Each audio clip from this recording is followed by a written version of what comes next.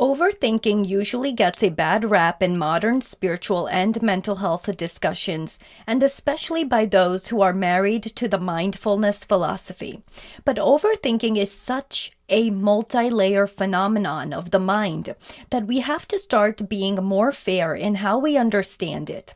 No other story in Hindu mythology brings these layers into focus better than the story of Yudhishthira and Yaksha Prashna from the Mahabharata.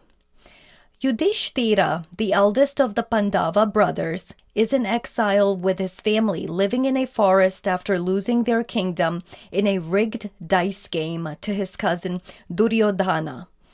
Life's already tough, but one day things take a dark turn. Yudhishthira's four brothers are named Nakula, Sahadeva, Arjuna, and Bhima. Yudhishthira asks Nakula to climb a tree and look for water. They are all very thirsty. From afar, Nakula sees the glimmer of a lake, crystal clear and inviting. It is a glimmer of hope for the family stressed out in the hot forest. Yudhishthira sends Nakula to fetch water from that lake. When time ticks along and Nakula doesn't return, he sends Sahadeva. When he too doesn't return, Yudhishthira sends his brothers Arjuna and Bhima to fetch some water and retrieve the other two brothers. Now Yudhishthira's still waiting, the minutes dragging on, and his mind starts spiraling. He is distressed and anxious, and he finally decides to seek out the lake and his brothers himself. When Yudhishthira arrives at that lake and sees Nakula, Sahadeva, Arjuna, and Bhima, all four of his brothers lying dead near it, he doesn't immediately act. He freezes in thought. He keeps looking from one brother to the next while all kinds of scenarios run through his mind. He asks himself, was this the work of a demon? Did some hidden curse strike them? Or was it thirst and exhaustion? What could it be? This is classic overthinking, because let's face it, he really won't know at this time. Yudhishthira's brain is in overdrive, conjuring up every possible disaster. Enemy attack, wild animal, supernatural curse. He's got no evidence yet, but his mind is racing with worst-case scenarios. Sound familiar? We've all been there when the phone doesn't ring or a friend doesn't text back and suddenly we're imagining like they're mad at us or maybe we did something wrong or, like what if something happened to them? What if something bad happened to the other person? That often also happens in love relationships, right? When we don't hear back from the person we're texting or have been communicating with for some time. Overthinking kicks in, right, when we're faced with uncertainty. And for Yudhishthira, the stakes are sky high. So for us, it often really is this combination of uncertainty with what we perceive is very valuable or high stakes for us, right? That combination causes our mind to overthink. Now what we'll see with this story a little bit further on is that often those high stakes are rooted in very admirable values that we hold, and therefore, it's these values in combination with uncertainty that often underlies overthinking, which then makes overthinking not such a horrible, like almost demonic, it doesn't make it such a horrible phenomenon of the mind, even though it does need to be brought into control. Again, for Yudhishthira, the stakes are sky high. These aren't just his brothers, they're actually his team, his family, the people he's supposed to protect, and the people he also fights along with, to protect his dynasty or his kingdom, whatever he might have left of it at this time in the Mahabharata. The weight of that responsibility actually fuels his mental spiral. Now, this idea of responsibility or the reality of responsibility also often underlies our overthinking, okay? Because we feel like there's a sense of duty or responsibility that we have to some situation or future potential. It's almost as if like we feel like we have to be in charge of making that future potential happen for us. And so our mind kicks in overdrive, and yet we're confronted with this feeling like we don't have control because of what's kind of not there for you, which is certainty, right? You don't know all the facts. There's unknowns around in whatever situation you're running through in your mind over and over again. That makes you feel like you just don't have control. You're losing control. And that is another layer of overthinking, or the foundation of overthinking. Now, what's driving Yudhishthira's overthinking here is, first, there's guilt. Yudhishthira, the one who gambled away his family's kingdom, he's the one who lands them in the forest mess in the first place. That dice game he played haunts him. Guilt is a huge trigger for overthinking, right? It makes us replay our mistakes, searching for what we could have done differently. And sometimes we almost don't even know what to do, because again, we're starting to feel like we are losing control over the future potential of a problem or a situation.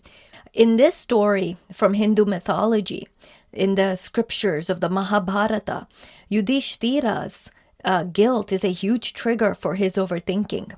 Okay? And Yudhishthira loves his brothers deeply. The thought of losing them is unbearable. The Mahabharata actually captures this raw grief from him when he finds his brothers lying lifeless by the lake, because he says, "O mighty armed ones, how do you lie here deprived of life? Who has slain you, who were like gods in prowess?" His despair isn't just about the present, it's about losing the future again he's fighting for, because his brothers, his family are key kind of pieces in the chess game of that future, right? Related to that future, the outcome. Overthinking thrives when we're scared of losing something or someone we value, because our brain tries to solve the future potential problem by imagining every possible outcome. And what makes it worse is some form of realization that we don't have control over that outcome of that problem that could arise in the future, or maybe is already very close to the situation at hand while your overthinking is occurring. When Yudhishthira reaches the lake, he's baffled. No signs of a fight, no poison in the water, no clues. He even says to himself, this cannot be the work of Duryodhana or his allies, for there are no marks of violence. So again, he's going through these options of, could it be a demon? Could it be a curse? Could it be something about the water in the lake itself? Could it be that they died from thirst before they even, were able to taste the water from the lake? Or could it actually be my cousin Duryodhana and his allies who have taken my kingdom?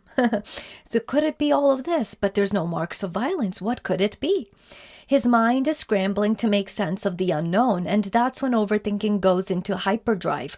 We hate not knowing, so we fill the gaps with theories and different elements that we already know are part of that situation, right? Different elements, characteristics, traits that we already are familiar with in relation to the situation that's running in our mind, or what we find ourselves in. No matter kind of how far-fetched those elements might be, or the theories we have, the scenarios we have coming up in our minds might be, we still kind of go through them. We try to piece all these different elements of what we've kind of known about a person who's maybe suddenly feeling like he or she has ghosted us. We kind of piece all these elements together in order to try to make sense of why we suddenly find ourselves in this uncertainty, or with this big question mark in front of us. So Yudhishthira's overthinking is in full swing, but here's where the story gets wild. A mysterious voice, a yaksha, a nature spirit, tells him his brothers are dead because they drank from the lake without answering his questions. Realizing that this is no ordinary being, Yudhishthira bows respectfully toward the yaksha and says, "Okay, ask your questions, O yaksha. I will answer to the best of my abilities." Despite his grief and racing thoughts, he chooses to engage, answering a series of deep philosophical questions. This is the famous Yaksha Prashna, and it's where we see Yudhishthira's overthinking actually be the foundation for something powerful. The Yaksha, or nature spirit, asks Yudhishthira, "What makes a man truly happy?" Yudhishthira replies, Right conduct and good deeds bring happiness, not wealth or desire. The Yaksha then asks, what is the greatest wonder in the world? Yudhishthira replies, every day men see others dying, yet they believe they themselves will live forever.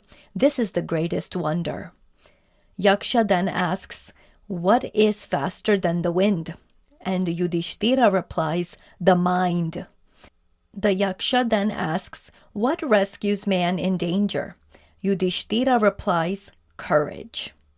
I'll definitely have more of this very interesting questioning that occurs between almost these riddles with questioning that occurs between this nature spirit and Yudhishthira as I introduce the Mahabharata and analyze it for you on this podcast. So do keep listening, okay? Look out for those episodes as they come out in the future gradually. We'll go through the whole Mahabharata together.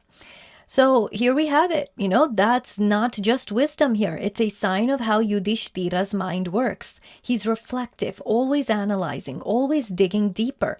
His tendency to overthink, which could have paralyzed him right now, becomes actually strength in the face of these riddles or clever questions. He doesn't just blurt out answers, he processes, he reflects, and he delivers insights that blow the Yaksha away. Now, this is a key takeaway. Overthinking can be a double-edged sword. On one hand, it can trap us in a loop of worry and indecision.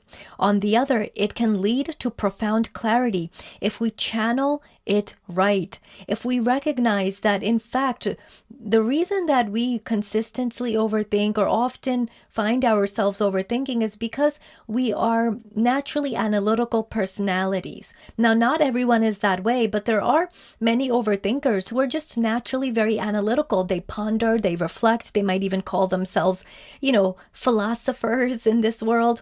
And, overthinking is just kind of a bit of a negative offshoot of that natural capacity or faculty that they have to ponder, to think deeply about things, to be philosophical, to see what others don't see about situations, about different circumstances, about people and their characteristics and their traits, their personalities, and even about the past, okay? So be a little bit more kind to yourself. Be a little bit more kind, because often your overthinking faculty occurs because naturally you are just a deeper thinker. You see things, you philosophize, you intellectualize maybe a little bit more than most or other people do. So be a little bit kind to yourself, but also remember to not let your overthinking go out of control.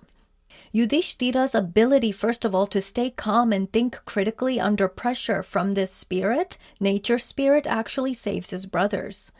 Okay, he kind of is able to put his overthinking aside when it matters. His responses to the Yaksha's questions show that overthinking doesn't have to be a curse, even though a lot of modern spirituality and mindfulness philosophy or schools of thought try to make it always seem to be a curse that we are falling into or born with. It's about focus, okay? Yes, even a mind prone to overthinking can be focused. Even minutes of overthinking can be shifted by you if you say to yourself, okay, let me focus on the key details of what I'm facing or thinking about repeatedly here, like the main details. And how can I start to get answers about what I don't right now know that is causing me to overthink?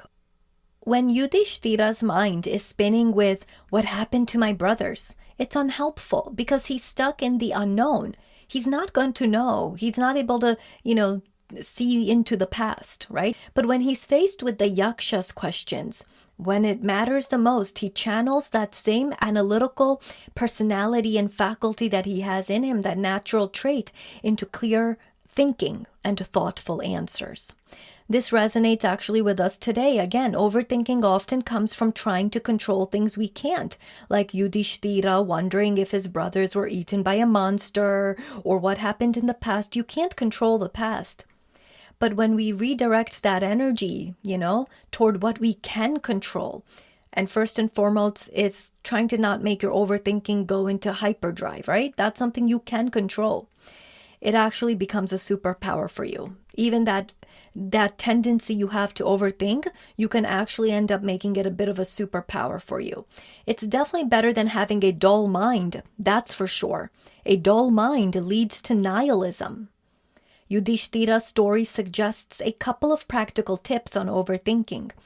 Like recognize when you're overthinking, step back and focus on the present moment, and lean into your overthinking. Tap into that energy, tap into that temperament, almost hyper kind of activity, right?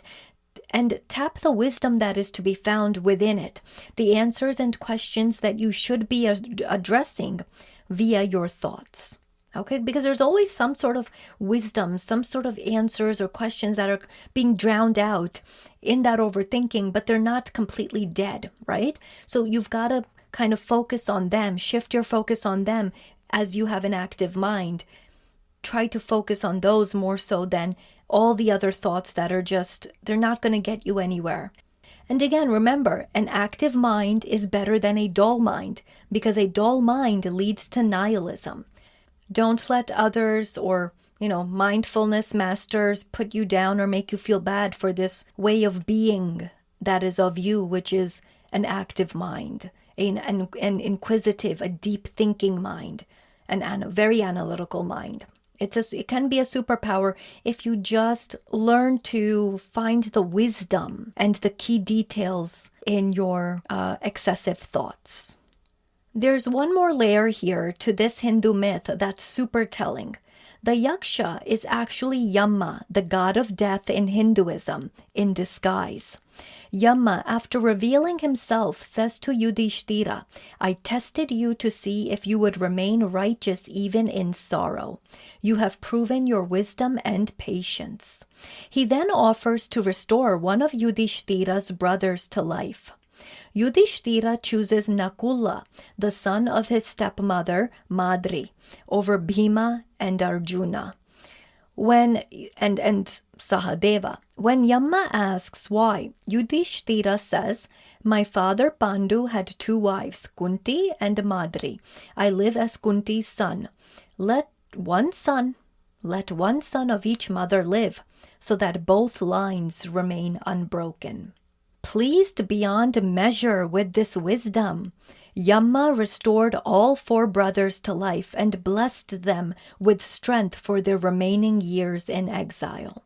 He promised that their hardships would soon end and that righteousness would ultimately triumph. The choice made by Yudhishthira shows that his overthinking isn't just about logic.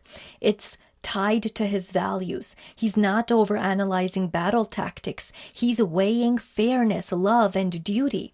Again, it reminds me of what I taught you just a couple of minutes ago in this podcast episode of Naked Hindu Tales on overthinking. It's that overthinking often comes from caring deeply, from some values that we hold on to. That underlies overthinking. And that's not a bad thing. It's human. This calls for kindness or self-kindness even as we struggle or even as you're struggling with overthinking, okay? So what's the big lesson from Yudhishthira's despair? Overthinking is a natural response to high stakes and uncertainty, but it's also how we handle it that matters.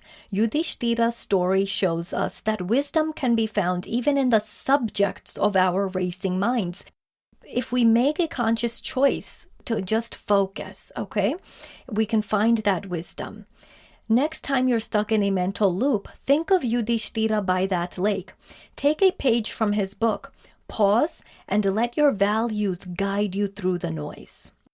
Remember what matters, and don't forget that you also have to care for yourself. You have to value yourself as you're going through overthinking, and that will help you actually say to yourself, okay, I'm doing wrong by me if I keep overthinking in this way. So let me just focus on the thoughts that matter, on what matters here, on what's going to actually help me figure out the unknown right now.